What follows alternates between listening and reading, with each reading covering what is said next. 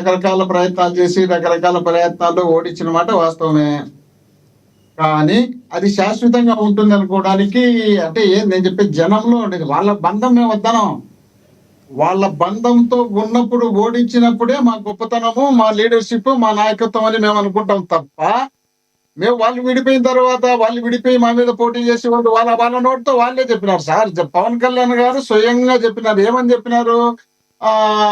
జగన్మోహన్ రెడ్డిని ఎదుర్కోవాలంటే మన సింగల్ మనతో కాదు, ఖచ్చితంగా జగన్మోహన్ రెడ్డిని ఎదుర్కోవడానికి మనం అందరం కలిసి పోరాటం చేస్తే ఎదుర్కొంటాం తప్ప మనం సింగల్ కామని స్వయంగా ఆయన నోటితో ఆయనే చెప్పినాడు. అదే విధంగా చంద్రబాబు నాయుడు గారు ఏం చెప్పినారు? చిత్తూరు జిల్లా కుప్పం ప్రచారం పోయినప్పుడు అక్కడ ఉన్నటువంటి బ్యానర్లు పట్టుకొని కొందరు వచ్చి సార్ పవన్ కళ్యాణ్ తో పొత్తు పెట్టుకోండి అంటే వన్ సైడ్ లవ్ ఎట్టయితుందయ్యా? వాళ్ళు కూడా ఇష్టపడి రావాలి కదా, అందరూ కలిస్తేనే కదా లవ్ అయ్యింది. అంతవరకు నేను ఇది వన్ సైడ్ లవ్ అవుతుంది కాబట్టి వాళ్ళు వచ్చేనే మనం గెలుస్తాం అనేది ఇండైరెక్ట్ గా డైరెక్ట్ గా చెప్పడం జరిగింది. ఆ తర్వాత ఒకరికొకరు ఏదో సూటు పెట్టుకొని పోయి కలుసుకున్న తర్వాత ఎక్కడ ఢిల్లీకి పోయినారు. ఢిల్లీకి పోయి ఆడ ఏమేమి మాట్లాడుకున్నారు. ఆ తర్వాత ఢిల్లీ వాళ్ళు ఈయన స్వయంగా ఎవరు పవన్ కళ్యాణ్ గారే చెప్పినారు. ఏమని అన్నారు వాళ్ళు చీయన్న కూడా నేను వాళ్ళను ఒప్పించుకొని వచ్చి మీతో పొత్తు పెట్టించుకునే కార్యక్రమం చేసినా మీతో పొత్తు పెట్టుకోవడం వాళ్ళకి ఇష్టమే లేదు అని చెప్పిన సందర్భాలు ఉన్నాయి.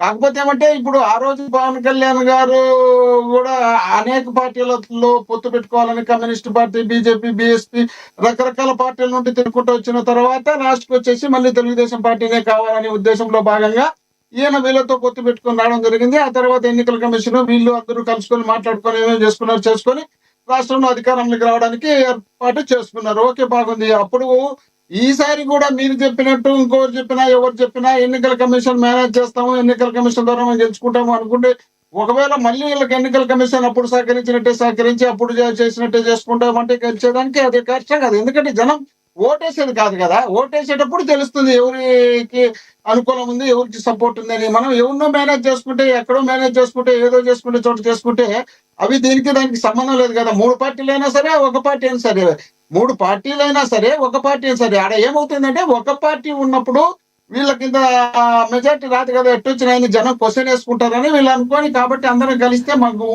అంటే ఇక్కడ కొంతమంది రాజకీయ విశ్లేషకులు ఎలా మాట్లాడుతున్నారంటే ఏదైతే వైసీపీ ప్రయత్నిస్తుందో, ఉదాహరణకి అంబటి రాంబాబు గారి ఇష్యూ కావచ్చు, పేర్ని నాని గారు కావచ్చు, ఎప్పుడైతే చంద్రబాబు గారిని తిట్టి ఆయన లోపలికి వెళ్ళినా కూడా కాపు ఉద్యమ నేతగా ఆయన ప్రొజెక్ట్ చేసే ప్రయత్నం చేస్తున్నారు.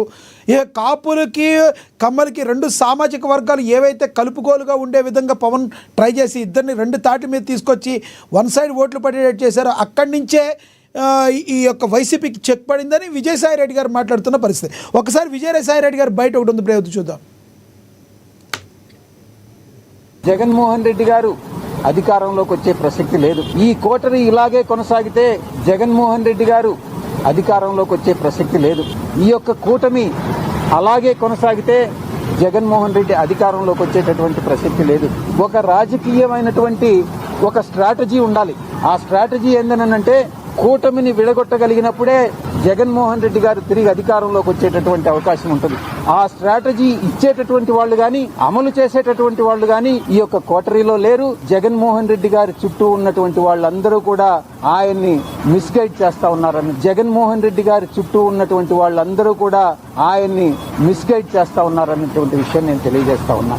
ఈ కోటరీ ఇలాగే కొనసాగితే జగన్మోహన్ రెడ్డి గారు అధికారంలోకి వచ్చే రైట్ చెప్పండి, ఏమంటారు? విజయసాయి రెడ్డి గారి మాటలతో ఏకీభవిస్తారా ఏంటి? ఎవరు లేరంట, కాదు సార్, సరైన మార్గంలో తీసుకొచ్చే వాళ్ళు ఎవరు వైసీపీలో లేరంట ఆయన ఫీల్ అవుతున్నారు. ఆయన ఫీల్ అవుతుంది, మీకు అర్థమవుతుందా? విజయసాయి రెడ్డి గారు తెలివైన వారే.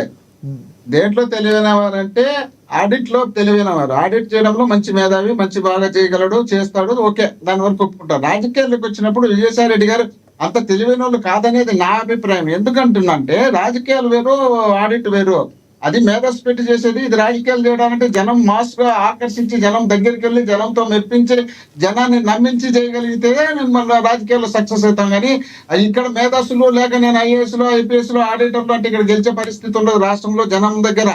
కానీ నేనేం చెప్తున్నానంటే విజయసాయి రెడ్డి గారికి తెలిసినో లేదో నాకు తెలిసిన ఒక విషయం చెప్తాను. రాయదుర్గం నియోజకవర్గంలో 2012 ఎన్నికలప్పుడు ఈ 2012 ఉప ఎన్నికలు జరిగిన 18 నియోజకవర్గాలకు మీకు తెలిసిన లేదో జగన్మోహన్ రెడ్డి గారు పార్టీ పెట్టిన తర్వాత బయటకు వచ్చిన తర్వాత ఆయనతో వచ్చినటువంటి ఎమ్మెల్యేలను రాజీనామా చేసి ఎన్నికలకు పోదామని చెప్పి రాజీనామా చేయించి ఎన్నికలకు వచ్చినప్పుడు ఇక్కడ రాయదుర్గంలో పాటిల్ వేణుగోపాల్ రెడ్డి అనే క్యాండిడేట్ కాంగ్రెస్ పార్టీ అధ్యక్షుడిగా కాంగ్రెస్ పార్టీ తరఫున పోటీ చేసినారు.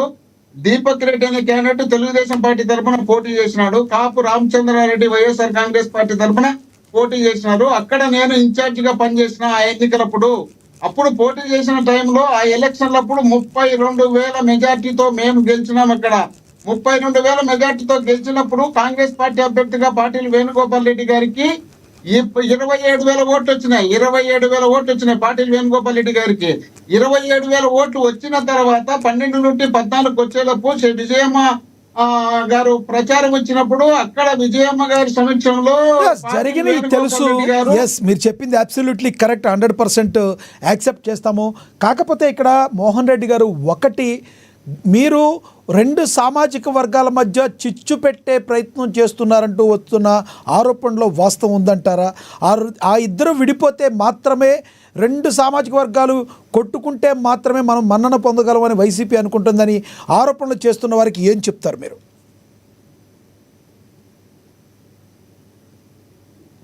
ఎస్, మోహన్ రెడ్డి గారు మళ్ళీ కనెక్ట్ అవుతారు, మళ్ళీ మాట్లాడదాం మీతో. మనతోటి టీడీపీ అధికార ప్రతినిధి విజయ్ కిరణ్ గారు ఉన్నారు, ఆయనతో మాట్లాడదాం. విజయ్ కిరణ్ గారు నమస్తే సార్. సార్ గుడ్ ఆఫ్టర్నూన్ అండి. ఎస్, విజయ్ కిరణ్ గారు, పొలిటికల్ బ్రదర్స్ స్నేహం ఎన్నాళ్ల పాటు కొనసాగే అవకాశం ఉంది?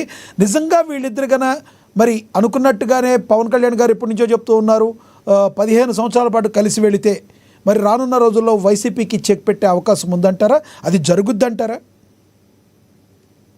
మీకు ప్యానెల్ సభ్యులు మోహన్ రెడ్డి గారికి, అదేవిధంగా సోదరుడు లక్ష్మీకాంత్కి, ప్రేక్షకులందరికీ కూడా నమస్కారం అండి. ఆల్రెడీ వాళ్ళకి చెక్ పెట్టడం అనే కార్యక్రమం ఆల్రెడీ జరిగిపోయింది.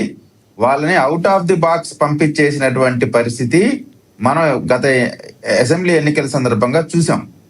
సో ఇప్పుడు మీరు చూస్తే జగన్మోహన్ రెడ్డి గారు 2019 ఎన్నికలకు ముందు ఎప్పుడైతే పవన్ కళ్యాణ్ గారు స్వతంత్రంగా పోటీ చేస్తానని చెప్పారో పొత్తు లేకుండా, ఆ టైంలో ఫస్ట్ పార్టీ చేసుకున్నటువంటి వ్యక్తి జగన్మోహన్ రెడ్డి గారు. వెంటనే ఆయన చెప్పేశాడు, గతంలో ఈ విధమైనటువంటి ఈ పర్సంటేజెస్ జరిగినాయి, ఈ పర్సంటేజెస్ ఉన్నాయి, ఇప్పుడు పవన్ కళ్యాణ్ గారు విడిపోయారు కాబట్టి ఖచ్చితంగా మనం అధికారంలోకి వస్తాం అనేటువంటి మాట జగన్మోహన్ రెడ్డి గారు చెప్పారు. అంటే పవన్ కళ్యాణ్ గారు కూటమిగా ఉంటే, తెలుగుదేశం పార్టీతో కలిసి ఉంటే 19 ఎన్నికల్లో కూడా జగన్మోహన్ రెడ్డి గారు ముఖ్యమంత్రి అయ్యేటువంటి పరిస్థితి లేదు అనేటువంటి మాట జగన్మోహన్ రెడ్డి గారు చెప్పారు. అయితే మీరు చూడండి, 2014లో పవన్ కళ్యాణ్ గారు బయట నుంచి మద్దతు ప్రకటిస్తే తెలుగుదేశం పార్టీ, బీజేపీ కలిసి అధికారంలోకి వచ్చినాయి. బయట నుంచి వైఎస్ఆర్ కాంగ్రెస్ పార్టీ ప్రతిపక్ష పార్టీగా ఎమర్జ్ అయింది.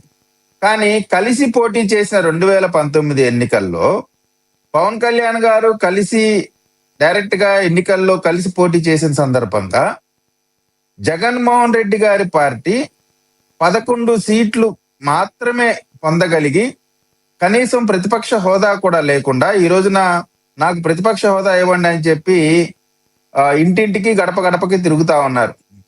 కానీ అసెంబ్లీ గడప మాత్రం తొక్కట్లేదు.